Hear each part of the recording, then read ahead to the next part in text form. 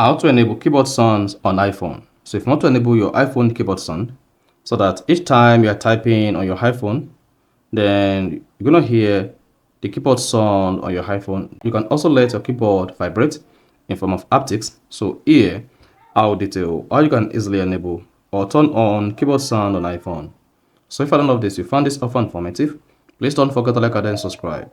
Now, to enable keyboard sound on iPhone, all you just need to do is go ahead and open the settings app on your iPhone. On the settings page, scroll down, click on sounds and haptics, then scroll down the page, locate keyboard feedback and click on it. Once you click on keyboard feedback, locate keyboard sound and turn this on if it is turned off. Now, once you turn that on, just hit the back button, go back. Then once you go back again, go ahead and open your chat. Then you should hear your keyboard sound afterward. However, if you are using a third-party keyboard, you'll not be able to hear the keyboard sound even when you turn it on. So you need to turn back to the default keyboard on your iPhone to hear the keyboard sound. You hear that? So that is basically how to enable keyboard sound on iPhone. So if you found this offer informative, please don't forget to like and then subscribe.